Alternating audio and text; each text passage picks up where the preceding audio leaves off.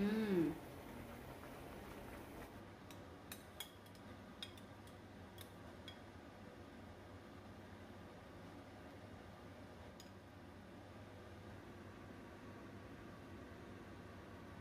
Hi guys! Long time no see. Ang tagal ko pong hindi nakapag-upload dahil super busy ko po sa ating Facebook page. At kung kayo po ay hindi pa naka-follow sa ating Facebook page, please do follow Mommy Will in Thailand. At pinalitan ko na nga rin po yung pangalan ng ating YouTube channel from Pinoy Thai Foodies to Mommy Will in Thailand. Ayan. So, mag-upload na rin po ako ng mga travels, ng mga iba't ibang mga pagkain dito sa Thailand at mga mukbang and gardening. Ayan. So, today's recipe ay gagawa po ako ng sinabawan o sinampalukang hito. Ayan, tag-ulan kasi ngayon at nakakamiss yung mga ganitong klaseng ulam, lalong-lalo na noong mga bata pa tayo doon sa probinsya kapag bumabagyo o tag-ulan, ganito yung mga niluluto ng ating mga parents para sa atin. So, tara, samahan niyo akong magluto and maraming salamat po sa ating subscribers na patuloy na sumusuporta sa akin.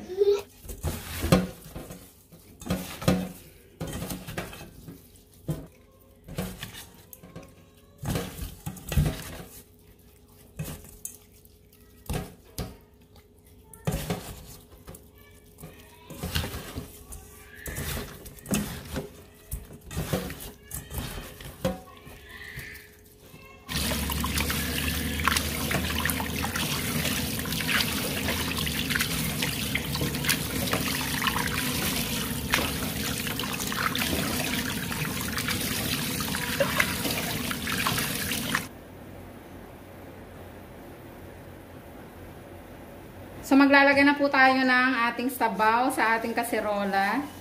Medyo damihan natin dahil masarap humigop ng sabaw kapag tag-ulan. At maglalagay na po tayo ng sibuyas.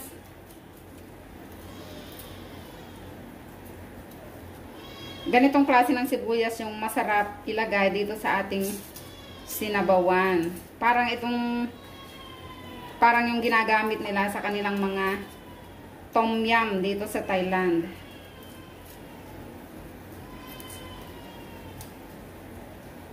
Ayan.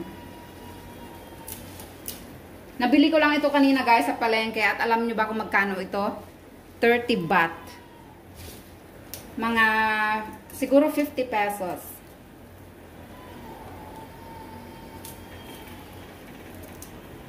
Damihan natin para mabango yung ating sabaw. Umiiyak yung anak ko guys. Meron tayong libreng soundtrack. Inaasar na naman siguro ng kanyang mga ates.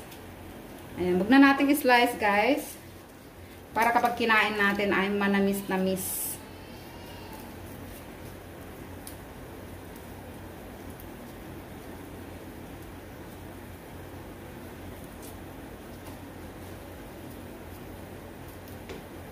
So, first time ko itong gawin guys, yung ganitong luto. Pero lagi ko siyang namimiss talaga kapag ganitong tag-ulan. At ngayon lang ako nakasubok na gumawa. Dahil nga nagkataon meron tayong saging na saba na hina-harvest sa ating garden. At tagsampalok din ngayon dito sa Thailand. At nakakita nga ako ng hito sa market, which is very usual lang naman dito. Maraming hito dito sa Thailand. Kaya naman naisipan kong magluto. I think pwede na ito. Yan, pampatamis sa ating sabaw. Siyempre, pantanggal lansa. At slice na natin tong saging guys. At isasama po natin yung balat ng ating hilaw na saging. Ayan, hiwain lang natin ng ganyan.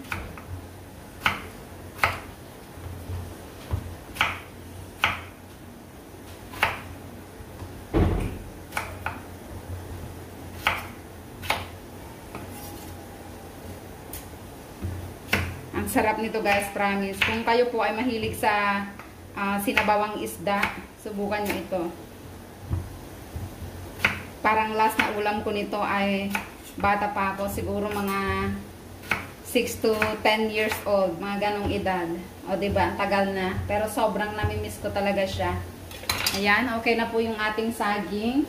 At kumukulo na po ang tubig, kaya ilalagay na natin ang isda.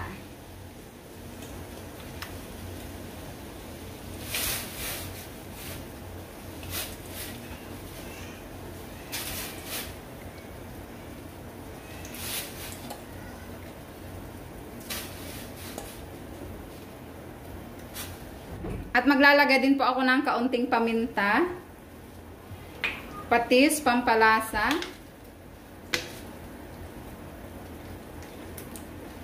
And syempre, hindi mawawala ang betsin. Okay. So, kumukulo na po yung ating tubig at ilalagay na natin yung ating mga saging at sili.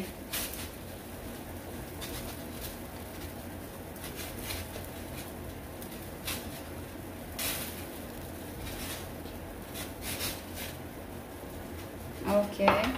At lalagyan ko rin pala guys ng tanglad para magkaroon ng kaunting flavor at bango.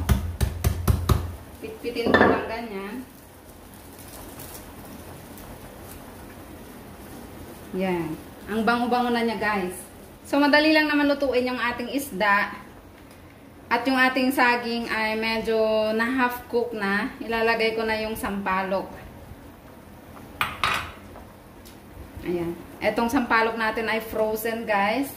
Ito yung natira kong sampalok na ginamit ko sa aking sinampalukang kambing. Siguro pwede na yan. Baka kasi sobrang asim. Okay na yung 5 pirasong malalaki.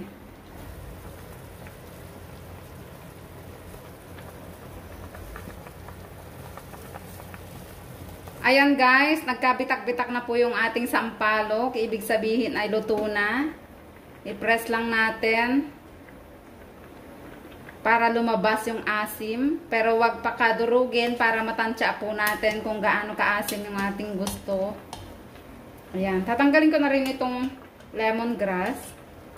Ayan. Dahil nakuha na natin yung flavor niya. At titikman ko lang guys kung mayroon pa tayong kailangang idagdag. Ay, ganito yung sabaw na hinahanap ko guys. Look at that. At ang bango-bango. Sarap. Kulang pa sa alat. At yung saging ay luto na.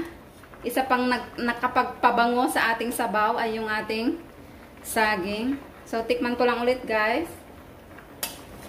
So, luto na guys yung ating sinabawan o sinampalukang hito. Kain po tayo.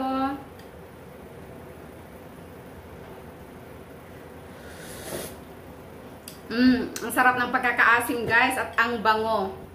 Ang bango-bango. Excited akong kumain. Okay, so yun lang po guys. Maraming salamat ulit sa panonood. Bye!